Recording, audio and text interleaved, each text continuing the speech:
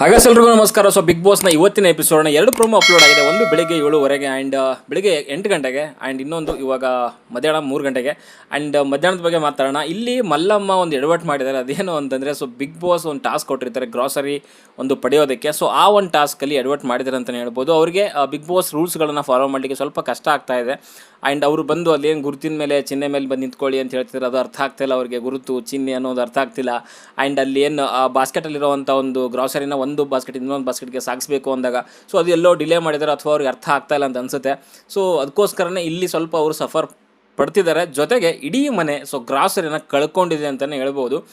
And ಇಲ್ಲಿ task ಏನು ಅಂತಂದರೆ, ಸೊ ನಿಮ್ಗೆ ಗೊತ್ತಿರೋಂಗೆ ಸೊ ಮೊದಲ ವಾರ ಅಂದರೆ ವಾರದ ಮೊದಲ ದಿನ ಅಂದರೆ ಸೋಮವಾರ ದಿನ ಸೊ ಗ್ರಾಸರಿ ಪಡ್ಕೊಳ್ಳೋವಂಥ ಒಂದು ಟಾಸ್ಕ್ನ ಕೊಡ್ತಾರೆ ಬಿಗ್ ಬಾಸ್ ತಂಡದಿಂದ. ಸೊ ಆ ಗ್ರಾಸರಿ ಪಡ್ಕೊಳ್ಳೋಂಥ ಟಾಸ್ಕಲ್ಲಿ ಈ ಒಂದು ಬಿಗ್ ಬಾಸ್ ಫಸ್ಟ್ ಒಂದು ವೀಕಲ್ಲಿ ಸೊ ಅಲ್ಲಿ ಆಡ್ತಿರೋವಂಥದ್ದು ಕೇವಲ ಒಂಟಿ ಟೀಮ್ ಅವ್ರು ಮಾತ್ರ ಈ ಒಂದು ಟಾಸ್ಕ್ ಆಡುವಂಥದ್ದು. ಸೊ ಜಂಟಿ ಆ್ಯಂಡ್ ಒಂಟಿ ಟೀಮ್ 2 ಟೀಮ್ ಇರೋದು ನಿಮ್ಗೆ ಆಲ್ರೆಡಿ ಗೊತ್ತಿದೆ ಅನ್ಕೊತೀನಿ. ಸೊ ಅದೇ ರೀತಿಯಲ್ಲಿ ಈ ಟಾಸ್ಕ್ ಆಡ್ತಿರೋವಂಥದ್ದು ಒಂಟಿ ಟೀಮು. ಆ್ಯಂಡ್ ಆ ಒಂಟಿ ಟೀಮಲ್ಲಿರುವಂಥದ್ದು ಮಲ್ಲಮ್ಮ ಅವರು. ಆ್ಯಂಡ್ ಮಲ್ಲಮ್ಮ ಸುಮಾರು ಜನ ಇದ್ದಾರೆ ಅದು ಬಿಟ್ಟು. ಸೊ ಅದರಲ್ಲಿ ಮಲ್ಲಮ್ಮ ಈ ಟಾಸ್ಕ್ ಆಡಬೇಕು ಅಂತಂದಾಗ ಸೊ ಅವರಿಗೆ ಅರ್ಥ ಆಗ್ತಾ ಇಲ್ಲ ಅದು ಏನು ಬಿಗ್ ಬಾಸ್ ಅವ್ರು ಹೇಳ್ತಿದ್ದಾರೆ. ಸೊ ಅದು ಯಾವುದು ಕೂಡ ಅರ್ಥ ಆಗ್ತಾ ಇಲ್ಲ.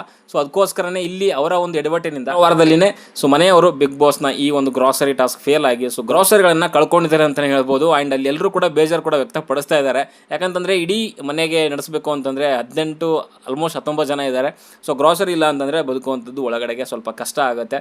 ಸೊ ಮೇ ಬಿ ಮಿಲ್ಕು ಅಥವಾ ಕಾಫಿ ಟೀ ಅದರಲ್ಲೇ ಜೀವನ ಸಾಗಿಸ್ಬೇಕಾಗುತ್ತೆ. ಮೇ ಬಿ ಇನ್ನೊಂದು ಅವಕಾಶ ಕೊಟ್ಟಿರ್ಬೋದು ಏನು ಎತ್ತ ಅಂತ ಹೇಳ್ಬಿಟ್ಟು ಅದು ಎಪಿಸೋಡ್ ನೋಡಿದ್ರೆ ಗೊತ್ತಾಗುತ್ತೆ. ಬಟ್ ಇಲ್ಲಿ ಮಲ್ಲಮ್ಮನ ಬಗ್ಗೆ ಮಾತಾಡಬೇಕು ಅಂತಂದರೆ ಖಂಡಿತವಾಗ್ಲೂ ಒಳಗಡೆ ಹೋದರೆ ಒಂಟಿಯಾಗಿ ಹೋದರೆ ಅದರಲ್ಲೂ ಮುಖ್ಯವಾಗಿ ಸ್ವಲ್ಪ ಅವರು ಸಫರ್ ಪಡ್ತಾರೆ. ಆ್ಯಂಡ್ ಸೊ ಅಲ್ಲಿ ಎದುರಿಸಬೇಕಾಗುತ್ತೆ ಕೆಲವೊಂದು ಚಾಲೆಂಜಸ್ಗಳನ್ನು. ಸೊ ಅದು ಯಾವ ರೀತಿಯಲ್ಲಿ ಮುಂದೆ ಹೇಗೆ ಎದುರಿಸ್ತಾರೆ ಅನ್ನೋದು ನೋಡಬೇಕಾಗುತ್ತೆ. ಅಟ್ಲೀಸ್ಟ್ ಒಳಗಡೆ ಜಂಟಿಯಾಗಿ ಹೋಗಿದ್ದರೆ ಇನ್ನೊಬ್ಬರ ಒಂದು ಸಹಾಯದಿಂದ ಸೊ ಅವರು ಸ್ವಲ್ಪ ದಿನ ಸೊ ಸ್ವಲ್ಪ ಅಲ್ಲಿ ಹೊಂದ್ಕೊಳ್ಳೋವರೆಗೂ ಕೂಡ ಸ್ವಲ್ಪ ಜಂಟಿಯಾಗಿ ಇದ್ದಿದ್ದರೆ ಒಳ್ಳೆಯದಾಗಿತ್ತು ಅಂತ ನನಗನ್ಸುತ್ತೆ. ಸೊ ಓನ್ಲಿ ಒಂದು ಚಿಕ್ಕ ಟಾಸ್ಕ್ ಇದು ಗ್ರಾಸರಿ ಟಾಸ್ಕು. ಸೊ ಇದರಲ್ಲೇ ಈ ರೀತಿಯಲ್ಲಿ ಆದಾಗ ಸೊ ಬೇರೆ ಒಂದು ಟಾಸ್ಕ್ಗಳಲ್ಲಿ ಯಾವ ರೀತಿಯಲ್ಲಿ ಪರ್ಫಾರ್ಮ್ ಮಾಡ್ತಾರೆ ಅನ್ನೋದು ಸ್ವಲ್ಪ ನೋಡುವಂಥ ವಿಚಾರಣೆ. ಆ್ಯಂಡ್ ನೋಡೋಣ ಮುಂದೆ ಹೆಂಗೆ ಆಡ್ತಾರೆ ಮಲ್ಲಮ್ಮ ಅವರು. ಆ್ಯಂಡ್ ಯಾರಾದರೂ ಸ್ವಲ್ಪ ತಿಳಿಸಿ ಹೇಳಿದ್ರೆ ಸೊ ಅದನ್ನು ತಿದ್ಕೊತಾರೆ ಅಂತ ಅನ್ಕೊತೀನಿ. ಒಟ್ಟಿನಲ್ಲಿ ಮಲ್ಲಮ್ಮ ಅವರ ಎಡವಟ್ಟಿನಿಂದ ಸೊ ಬಿಗ್ ಬಾಸ್ ಮನೆ ಸೊ ಗ್ರಾಸರಿನ ಕಳ್ಕೊಂಡಿದೆ ಅಂತಲೇ ಹೇಳ್ಬೋದು. ಆ್ಯಂಡ್ ಇನ್ನೊಂದು ಬೆಳಗ್ಗೆ ಪ್ರೋಮೋ ಬಗ್ಗೆ ಮಾತಾಡಿದ್ರೆ ಸೊ ಅಲ್ಲಿ 3 ಕಂಟೆಸ್ಟ್ಗಳನ್ನು ಸೊ ಅಲ್ಲಿ ಒಂಥರ ಡೇಂಜರ್ ಝೋನ್ ಅಂತ ನಿಲ್ಲಿಸಿದ್ದಾರೆ ಇಡೀ ಮನೆಯವರು ಸೇರಿಕೊಂಡು. ಬಿಗ್ ಬಾಸ್ ಅವರು ಬಿಗ್ ಬಾಸ್ಗೆ ಎಂಟ್ರಿ ಕೊಟ್ಟಂತಹ ಕಂಟೆಸ್ಟೆಂಟ್ಗಳಿಗೆ ಸ್ವಾಗತ ಕೋರೋ ಬದಲು ಒಬ್ಬರನ್ನ ವಿದಾಯ ಹೇಳುವಂಥ ಒಂದು ಹೇಳಿಕೆಯನ್ನು ಕೊಟ್ಟಿದ್ದಾರೆ ಅಂತಲೇ ಹೇಳ್ಬೋದು. ಈ ಸರಿ 19 ಕಂಟೆಸ್ಟೆಂಟ್ ಏನಕ್ಕೆ ಬಂದಿದ್ದಾರೆ ಅಂತ ಅರ್ಥ ಆಗಿರಲಿಲ್ಲ.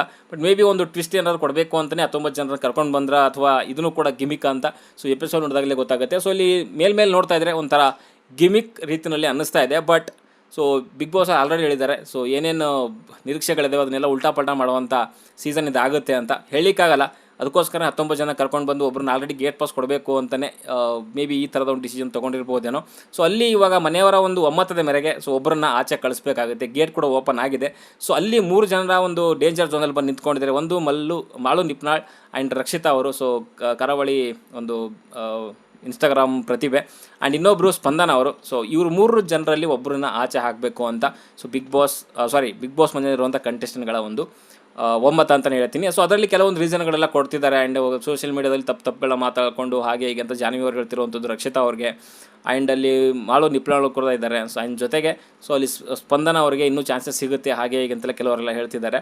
ಗೊತ್ತಿಲ್ಲ ಸೊ ಕೊನೆಯಲ್ಲಿ ಯಾರು ಹೋಗ್ತಾರೆ ಅಂತ. ಒಂದು ಈ ಲೈವ್ ಅಪ್ಡೇಟ್ ಏನು ಬರ್ತಾ ಇದೆ ಸೊ ಅದ್ರ ಪ್ರಕಾರ ನೋಡ್ತಾ ಇದ್ದಾರೆ ಅಲ್ಲಿ ರಕ್ಷಿತಾ ಅವರು ಮನೆ ಒಳಗಡೆಗೆ ಕಾಣಿಸ್ಕೊಳ್ತಾ ಇಲ್ಲ ಅಂತ ಸೊ ಒಂದು ಅಪ್ಡೇಟ್ ಇದೆ. ಬಟ್ ಗೊತ್ತಿಲ್ಲ, ಮೇ ಬಿ ಏನಾದರೂ ಅವ್ರನ್ನ ಸೀಕ್ರೆಟಾಗಿ ಎಲ್ಲಾದರೂ ಇಟ್ಟಿರ್ಬೋದೇನೋ. ಮತ್ತು ಆಮೇಲೆ ಮತ್ತೆ ಬಿಗ್ ಬಾಸ್ ಮನೆ ಒಳಗಡೆ ಕಳಿಸ್ಬೋದು ಅಂತ ಅನಿಸುತ್ತೆ. ಗೊತ್ತಿಲ್ಲ, ಏನೇನು ನಿರೀಕ್ಷೆಗಳು ಉಲ್ಟಾ ಮಾಡುವಂಥ ಸೀಸನ್ ಅಂತ ಹೇಳ್ತಿದ್ದಾರೆ. ಸೊ ಏನು ಬೇಕಾದರೂ ಕೂಡ ಆಗಬಹುದು ಅಂತ ಹೇಳ್ತೀನಿ. ನಿಮ್ಮ ಅನಿಸಿಕೆ ಅಭಿಪ್ರಾಯ ಏನು ಈ ಮಲ್ಲಮ್ಮ ಅವರ ಒಂದು ಎಡವಟ್ಟಿನಿಂದ? ಜೊತೆಗೆ ಸೊ ರಕ್ಷಿತಾ ಅವರು ಇನ್ ಕೇಸ್ ಎಲಿಮಿನೇಟ್ ಆದರೆ ಏನು ಅನಿಸುತ್ತೆ ಅಂತ ಕಮೆಂಟ್ ಬಾಕ್ಸಲ್ಲಿ ತಿಳಿಸಿ. ಒಳಗಡೆ ಏನೋ ಕರ್ಸ್ಕೊಂಡಿದ್ದಾರೆ, ಅಟ್ಲೀಸ್ಟ್ 1 ವೀಕ್ ಆದರೂ ಒಂದು ಚಾನ್ಸಸ್ ಕೊಡಬೇಕು ಅಂತ ನನಗನ್ಸುತ್ತೆ. ಓಕೆ, ಸೊ ನಿಮ್ಮ ಅನಿಸಿಕೆ ಅಭಿಪ್ರಾಯ ಅಂತ ಕಮೆಂಟ್ ಬಾಕ್ಸಲ್ಲಿ ತಿಳಿಸಿ. ಓಕೆ, ಬಾಯ್.